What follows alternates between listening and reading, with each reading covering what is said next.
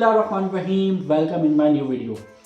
आज का video topic हम डिटेल से डिस्कस करेंगे पहले, लेकिन एक छोटी सी मैं आपको बात करना चाहूँगा, वो ये कि मेरे राइट साइड पे आपको episode 1A, episode 1B, episode 1C, मतलब कि ये एपिसोड आपस में ये जो भी एक पूरा टॉपिक है जो कि डिफरेंट एपिसोड्स पे डिवाइड किया गया है।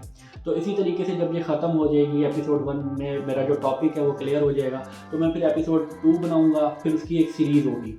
तो ये इसलिए आपको DHA के लोगों के बिल्कुल नीचे एपिसोड 1B नज़र आ रहा होगा। इट्स मीन एपिसोड ये मेरे एक टॉपिक का B पार्ट है, फिर C पार्ट और फिर जो भी एंड होगा वो मैं आपको क्लियर कर दूंगा। उसके नीचे मैं ब्रैकेट में ही लिख दूंगा C एंड लास्ट पार्ट करके। टॉपिक का आगाज़ करते हैं। वीडियो को मेरा एंड तक आप ज़रूर देखें, लाइक सब्सक्राइब करें मेरा चैनल, ताकि आपको हर आने वाली वीडियो जो कि मेरी इंशाल्लाह इंफॉर्मेटिव ही रहेगी और आपको बहुत उससे फ़ायदा होगा। तो लाइक सब्सक्राइब करें मेरे चैनल को और वीडियो अंत तक लाजमी देखें।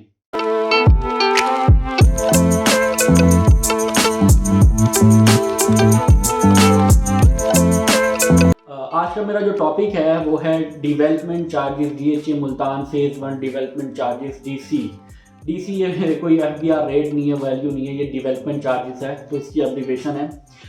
जैसा कि आपको मालूम है कि DHA मुल्तान में डेवलपमेंट चार्जेस वहाँ पे डेवलपमेंट जो हो रही है उसके एवज दिए जाते हैं और उसको बाद में वेव ऑफ भी कर दिया जाता है। वो किस सूरत में किया जाता है ये भी इंशाल्लाह मैं आपसे डिस्कस करूँ आगे। तो पहले कॉन्सेप्ट समझ लें कि डेवलपमेंट चार्जेस क्या होते हैं, किस कटिंग में क्या क्या डेवलपमेंट चार्जेस हैं, कितने मरले पे क्या हैं। तो 5 मरला में जो डेवलपमेंट चार्जेस हैं वहाँ 9 लाख रुपये, और 8 मरला पे 11 लाख है, 10 मरला पे 13 लाख है, 1 कनाल रेजिडेंशियल और 4 मरला कमर्शियल पर 21 लाख रुपीज़ हैं, 2 कनाल रेजिडेंशियल और 8 मरला कमर्शियल प्लॉट पे 36 लाख रुपए 36 लाख रुपीज़ है। अब ये डेवलपमेंट चार्जेस दो कैटेगरी में डिस्कस किए जाते हैं। एक होता है सिविल प्लॉट, एक होता है आर्मी अलॉटी प्लॉट। तो पहले मैं आर्मी अलॉटी को डिस्कस कर लेता हूँ कि आर्मी अलॉटी प्लॉट वो प्लॉट होता है जो कि आर्मी पर्सन को अलॉट किया जाता है और जिसकी अप्रूवल DHA से होती है, जिसकी NOC बाकायदा तौर पे GHU से मिलती है सेल करने की। अदरवाइज वो प्लॉट सेल नहीं कर सकते जब तक उसके पास NOC ना हो।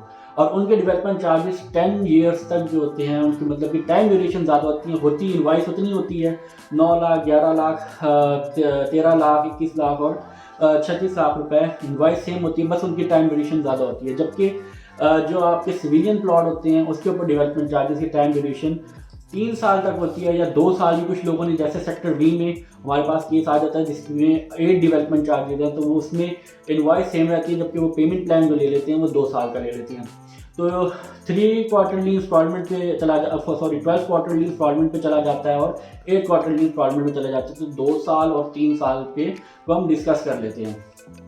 अब जो मेन चीज़ डिस्कस करने की है वो मेरे जितने भी सेलर हैं, जितने भी बायर हैं उनके साथ है, और वो ये कि डेवलपमेंट चार्जेस जो होते हैं वो हमेशा एंड यूज़र के होते हैं, मतलब कि बायर के होते हैं। सेलर के जितने भी 21 लेट्स सपोज, अब मैं एक एग्जांपल में आपके साथ डिस्कस करता हूँ, लाइक 21 लाख रुपीज़ हैं, उसमें से DHA ने रिक्वायर किए हुए हैं, DHA की इंस्टॉलमेंट चली गई हैं कोई 15 लाख रुपीज़ की लेट्स सपोज चली गई हैं।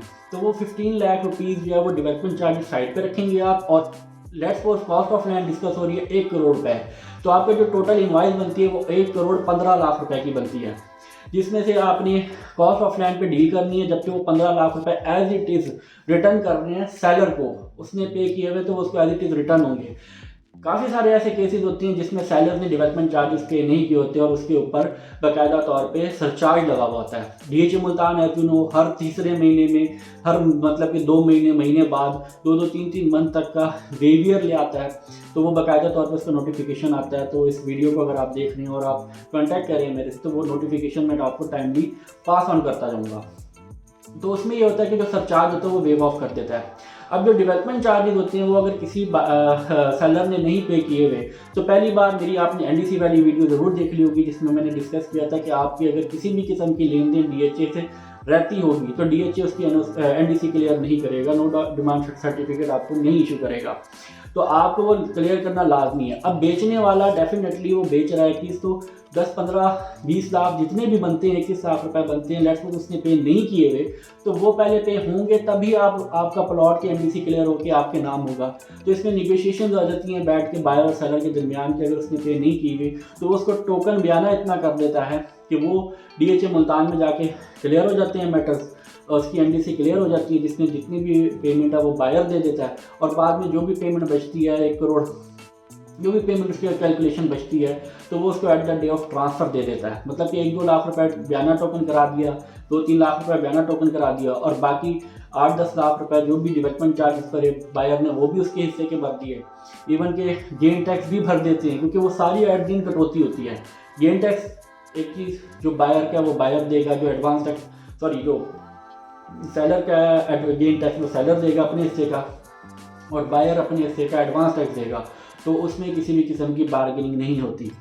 तो जो भी उसकी बिल में जो भी टोटल बिल बन रहा था तो उसको एट द एंड उसकी प्लस माइनस हो जाता है, उसकी कैलकुलेशंस कर देते हैं। अब बात यह है कि मेरे पास कराची से लाहौर से कॉल आती है कि ये क्या बात है भाई, हमने तो प्लॉट का सौदा किया और आप कह रहे हैं कि डेवलपमेंट चार्जेस इतने लाख इतने रुपए अलग हैं। तो सर पहली बात जो ये है कि DHA मुल्तान एक वेरी न्यू सोसाइटी है, एक न्यू डेवलपमेंट सोसाइटी है, और आप DHA लाहौर को अगर कराची को अगर कहीं भी DHA को डील कर रहे हैं जो कि पुराने 8-10 साल उनको मैच्योर हुए हुए हो गए हैं, तो अब बात इतनी है कि उनके डेवलपमेंट चार्जेस के अंदर लग के अब वो कॉस्ट ऑफ लैंड की पूरी चीज़ में ही उसको ऐड करके उसकी डिस्कशन कर रहे हैं, जबकि भी DHA मुल्तान में जो डेवलपमेंट चार्जेस दिए जा रहे हैं डेवलपमेंट हो रही है। अब इस डेवलपमेंट का एंड यूज़र से क्यों लेना देना, बायर से क्यों लेना देना, उसकी बेसिक रीज़न ये है कि एट द एंड जब आप उसके ऊपर पोजेशन आ जाता है किसी भी सेक्टर का, तो DHA मुल्तान बाकायदा तौर पर 21 के 21 लाख जितने भी मतलब ये डेवलपमेंट चार्जेस पर एरिया पर हैं 5, 8, 10 1 कनाल 2 कनाल पे, वो उसके इवन के वेव ऑफ करता है कि आप अगर विद इन ईयर कंस्ट्रक्शन करते हैं, विद इन 6 मंथ्स अगर कंस्ट्रक्शन करते हैं तो इतने % वेव ऑफ है, विद इन ईयर करते हैं तो इतने % वेव ऑफ है। तो वो बाकायदा तौर पे आपको बेनिफिट मिलता है। देयरफॉर डेवलपमेंट चार्जेस जो भी होते हैं वो हमेशा बायर के हिस्से के होते हैं, वो बायर उसका रिस्पॉन्सिबल होता है। और इसमें अब एक और चीज़ मैं डिस्कस करना चाहूँगा कि काफ़ी सारे लोग हैं एंड यूज़र हैं, वो कहते हैं जी आर्मी अलॉटी दे दें क्योंकि उसके डेवलपमेंट चार्जेस कम है। सर एट द एंड जब आपका आर्मी अलॉटी से किसी भी बंदे के XYZ के नाम हो जाता है तो उसका जो लेजर बन के आता है वो 3 ईयर प्लान की उसके मद में ही बन के आता है। उसकी जो जितनी पुरानी होगी वो एडजस्ट करके आपको 3 ईयर प्लान के अंदर ही एडजस्ट करते हैं, तो वो फ़ौरन ही उसके ऊपर से वो इम्प्लीमेंटेशन हट जाती है कि उसका एक लॉन्ग टर्म जो डेवलपमेंट चार्जेस का शेड्यूल होता है वो ख़त्म कर देते हैं। वो आपका नया लेजर बनाते हैं जिसपे आपको विद इन 3 ईयर ही सबके साथ एक कैलकुलेशन करके सबके साथ एडजस्ट करके और आपकी कैलकुलेशन को वो 3 ईयर के अंदर ही मुकम्मल कर रहे होते हैं। तो देयरफॉर आर्मी और सिविल का ऐसा कोई वो नहीं है, क्योंकि एट द एंड आपने पेमेंट देनी ही देनी है। जितना भी आपके 9 लाख रुपए बनते हैं, अगर आपने 4 लाख रुपए अब दे दिए तो रेस्ट ऑफ पेमेंट 5 लाख रुपए का आपको जो प्लान मिलेगा वो आपने क्लियर करना ही करना है।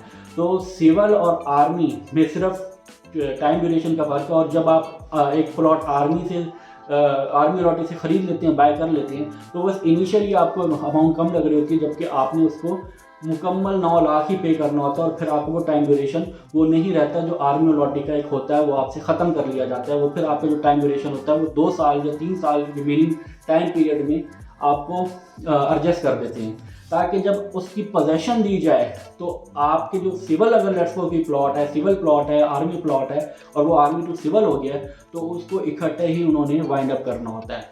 हाँ, जब पोजेशन हो जाने के बाद कुछ प्लॉट होते हैं जो आर्मी अपने आर्मी ऑफिसर नहीं बेचते, अपने पास रखते हैं, तो उनके डेवलपमेंट चार्जेस लॉन्ग रन में चल रहे होते हैं, बट वो भी जब उसके ऊपर कंस्ट्रक्शन वगैरह करेंगे तो as it is waive off हो जाएंगे। कंस्ट्रक्शन जब आप कंस्ट्रक्शन पॉइंट ऑफ व्यू से जब डिस्कस करते हैं।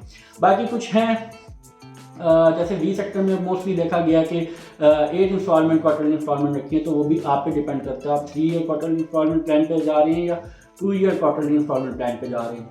तो ऐसे कई सारे केसेस हैं कि लोगों ने 2-2 साल के डेवलपमेंट चार्जेस के इंस्टॉलमेंट प्लान पे किए हुए हैं, तो वो उस हिसाब से पेमेंट की है, तो उसकी थोड़ी सी ड्यूरेशन ज़्यादा बन जाती है। बट फिर से वही बात, ये चीज़ आपके डिस्कस करने की है ही नहीं, क्योंकि मीनवाइल आपने एट द एंड उसके पैसे देना ही देने हैं। तो ये जो भी एक खिचड़ी अब होता है उसको अब नुकसान क्या होता है, लोग आर्मी अलॉटी के प्लॉट जिसके डेवलपमेंट चार्जेस फिल वक्त लेट्स सपोज एक के गए हुए हैं 21 लाख और एक के गए हुए हैं 5.5 लाख रुपए, तो इस मद में आके जो कॉस्ट ऑफ लैंड है वो 4-5 लाख रुपए ज़्यादा ले लेते हैं। तो आपको देखें ना, एक ये तो बेनिफिट मैं नहीं समझूंगा कि आप एक प्लॉट ले रहे हैं जिसके डेवलपमेंट चार्जेस वक्ती तौर पे कम गए हुए हैं, लेकिन उसकी जो कॉस्ट ऑफ लैंड है 3-4 लाख रुपए ज़्यादा जा रही है, तो वो तो फिर आपके लिए वही 3-4 लाख रुपए आप चीज़ महंगी ले रही हैं। तो इसलिए डेवलपमेंट चार्जेस का इशू कोई नहीं होता। ये एक हमारी साइकी ये डेवलप हो गई है कि जी जो डेवलपमेंट चार्जेस का मैं हमने वही प्लॉट लेना है, एट दी एंड आपने देना वही है, उतना ही है, बल्कि आप इनिशियली प्लॉट बड़ा महंगा बाय कर रहे होते हैं। तो उम्मीद करता हूँ मेरी बात समझ आ गई होगी मेरी वीडियो में।